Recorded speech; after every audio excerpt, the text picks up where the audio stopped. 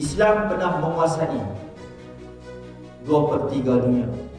Antara kerajaan terkuat tuan yang pernah wujud di zaman kegemilangan Islam adalah kerajaan Andalus yang pernah memerintah lebih kurang 700 lebih.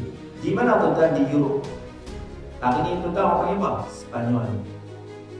Spain itu tuan adalah bekas negara yang pernah ditaklukkan oleh Islam. Dan kerajaan Islam waktu itu pernah memerintah 700 tahun. Ini model siapa yang dia Spanyol lah, Spain dia tak model.